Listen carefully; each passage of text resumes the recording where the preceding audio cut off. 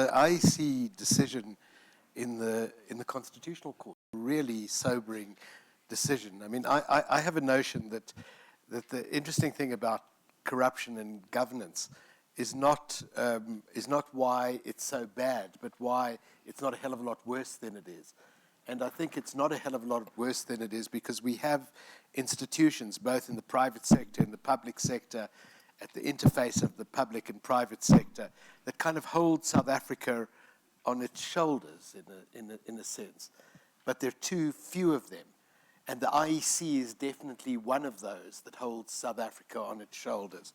And I think it stumbled very, very badly.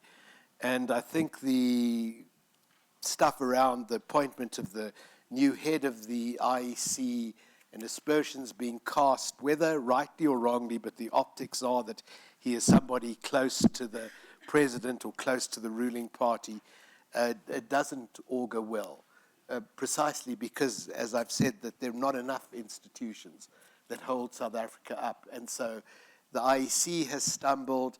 This year, SARS has stumbled somewhat. It too was an institution that held South Africa up.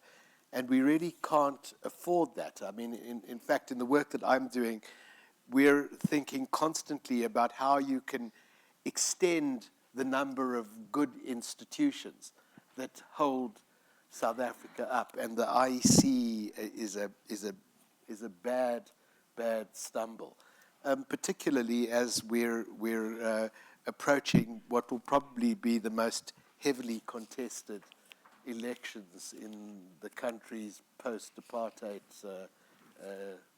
democracy. I think that we're reaching two kinds of tipping points. I think we're reaching a dangerous tipping point where things like corruption and poor governance, and I prefer to cast it as poor governance is concerned.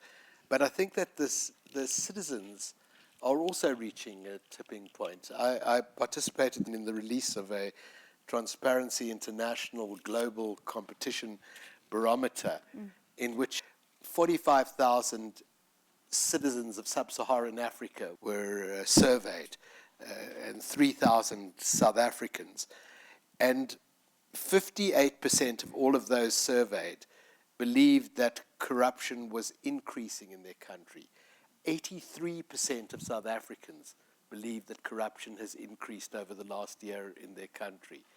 79% of South Africans believe that the government is doing a bad job in combating corruption. And only Madagascar and Zimbabwe, a higher proportion of their citizens believe that government is doing a bad job at it. And I take sort of heart from that, because I think that both assessments are right, actually. But I think it's good that South Africans are identifying that. And one of the other significant things about the survey is the belief that only public participation can solve problems of this scale, which I think is right. And we find that response in our work very strongly, very positively. And so, oddly, although I think that there have been some awful things that have happened this year on this front. I mean, some of the stuff around the parastatals, around the SAA, earlier ESCOM, a range of other parastatal institutions is truly horrifying. But I sort of end the year much more positive about the prospect of turning it around. And I think so what South Africans are identifying is people out there responsible for corruption, and they're basically private sector actors and public sector actors. I mean, interestingly, what the survey did say for the first time is that 42% of those people surveyed, only the police were higher at 47%. 42% of those people surveyed believed that all or most business executives are corrupt.